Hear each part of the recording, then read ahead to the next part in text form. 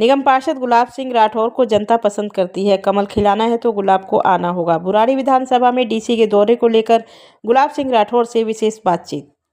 पहले डीसी साहब का इलाके में आपके दौरा हुआ था, इसमें कौन सी समस्याएं थी जिनका समाधान का उन्होंने आश्वासन दिया?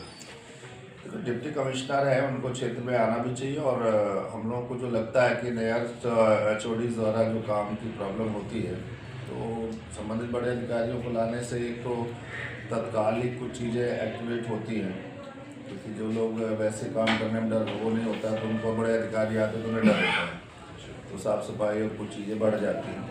दूसरा है मेन कि पिछले काल में वहाँ पर जो पार्कों में जो मोटर लगी थी तो उनका जो कॉन्ट्रैक्ट होता है कॉन्ट्रैक्ट का तो समाप्त हो गया और उसको आम आदमी पार्टी के मेयर हैं, उन्होंने अभी उसको इम्प्लीमेंट नहीं कर दिया।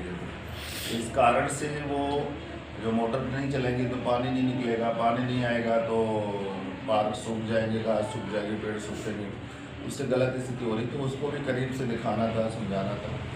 और जैसे कुछ लाइटों का विषय था, कुछ पार्कों की बाउंड्री, कूड़े के निस्तारण के लिए उन्होंने कुछ विशेष आश्वासन दिया तो उसके लिए बराबर है। और हमारे डिप्टी कमिश्नर राकेश जी अच्छे हैं और निरंतर इस विषय में होमवर्क कर रहे हैं और काफ़ी हम उन्होंने इम्प्लीमेंट भी किया है। हमारे यहाँ ढलाव का इशू था, उन्होंने ठीक कराया, कुछ कबाड़ियों का इशू था तो ठीक कराया। लेकिन सबसे बड़ी दिक्कत अधिकारियों के साथ क्या आती है कि जो दूसरे दल से या कुछ बड़े नेता होते हैं ना, वो पर्सनल दबाव डाल करके, क्योंकि सरकार जिनकी होती है उनको दबाव डालना आसान होता है, तो उनमें बाधा उत्पन्न होती है और उसमें हम लोग दिक्कत आ रही है। लेकिन फिर भी वहाँ जहांगीरपुरी का जो काफ़ी कबाड़े का वो था, वो सारा कुछ वहाँ से हटाया गया, मैंने अपने क्षेत्र से साफ करा दिया और ठीक हो गया।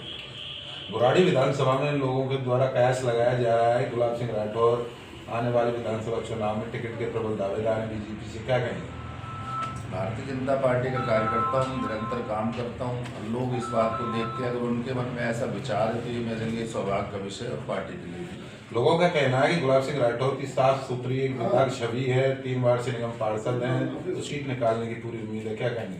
ये अगर लोग कह रहे हैं तो मेरे लिए खुशी का विषय है, क्योंकि मैं तो किसी से कह नहीं रहा कि मैं क्या हूँ, लेकिन अगर जनता की ये आवाज़ है तो हो सकता है जो उनको दिखता है, क्योंकि पब्लिक तो एक तरह से नॉर्मल लाइफ के साथ लोगों को देखते हैं तो उनको ऐसा लग रहा हो। ये आप ही कह रहे हो इस बात के लिए, तो जब आपसे उन्होंने कहा कि मुझे सत्यापित करने की आवश्यकता कहाँ पड़ रही है, जो है हम वो जो हम दिखते हैं वही हम अंदर से होते हैं और उसे होकर कोई काम करते हैं। पार्टी संयोजक, आम आदमी पार्टी संयोजक अरविंद केजरीवाल जी ने अभी 2100 रुपये महिलाओं के लिए देने की जो घोषणा की है, इससे पहले 1 साल पहले 1000 रुपये देने की घोषणा की थी, अभी तक तो वह इम्प्लीमेंट हुआ नहीं है, क्या कहेंगे? पंजाब में 2 साल से ज़्यादा सरकार बने हो गए, वहाँ भी 1000 रुपये देने का था, अभी तक तो किसी दे नहीं पाए। दिल्ली में भी 1000 रुपये देने का था, 1 साल हो गया, अभी तक इम्प्लीमेंटेशन हुआ नहीं। तो नए घोषणा चुनाव के टाइम ही पे होते हैं और उनके खोखले घोषणाओं को लोग अब जान चुके हैं, उनकी किसी भी ढकोले से ऊपर में जाना नहीं। अब हर आदमी डबल इंजन की सरकार को अन्य प्रदेशों में देख चुका है और दिल्ली में भी लाना चाहते हैं, भारत में भी, केंद्र में भी बीजेपी और दिल्ली में भी। हमारे सांसद मनोज तिवारी जी और पार्टी अध्यक्ष बीजेपी दिल्ली के वीरेंद्र सचदेवा जी कह चुके हैं कि बुराड़ी में जो भी इस समय जो चुनाव होंगे तो उनमें बीजेपी के उम्मीदवार को टिकट दिया जाएगा। इधर एनडीए गठबंधन के लिए शैलेंद्र जी की भी कयास लगाए जा रहे हैं, क्या कहेंगे? जब प्रदेश अध्यक्ष और सांसद जी ये कह रहे हैं कि बीजेपी कैंडिडेट लड़ेगा तो हम तो उसी को सच मानेंगे ना, बाकी धूम दुनिया कोई कुछ भी कहता है उससे हमें क्या लेना देना है। और शैलेंद्र जी पीछे चुनाव यहाँ से लड़े थे, एनडीए गठबंधन था, लेकिन बहुत बड़ी मात्रा से चुनाव हार गए थे और इसके बाद 5 साल वो क्षेत्र में आए भी नहीं, यहाँ रहे नहीं। लेकिन चूंकि हमारा केंद्र में गठबंधन है, दिल्ली प्रदेश में भी कोई गठबंधन ऐसा नहीं, और अगर जब ऐसा होगा पार्टी निर्णय होगा उसको सिर्फ देखा जाएगा। असदुद्दीन ओवैसी की एंट्री दिल्ली में हो चुकी है, क्या इसके आने से जो चुनावी समीकरणों को आप किस प्रकार देखते हैं? अब तो ऐसे कह रहे हैं असदुद्दीन दिल्ली में वो एंट्री होगी जैसे वो अमेरिका, इंग्लैंड, पाकिस्तान से प्रवेश कर रहे हैं, वो तो हमेशा एंट्री रहती है, हमेशा दिल्ली का पूरे भारत में अपने कैंडिडेट लड़ाते हैं और वो कैंडिडेट लड़ाते हैं, उनके बारे में स्थिति ऐसी है कि वो कोई वोट को ज़्यादा इधर जो ट्रांसफर वाले नहीं कर पाते, लोग उनको देते नहीं, मुस्लिम उनको अब सपोर्ट नहीं कर रहा है, उनको तो पीछे कर रहा था उनकी गलत नीतियों के कारण, क्योंकि ज़रूरी नहीं कि हर मुसलमान देश के विरोध में रहता हो।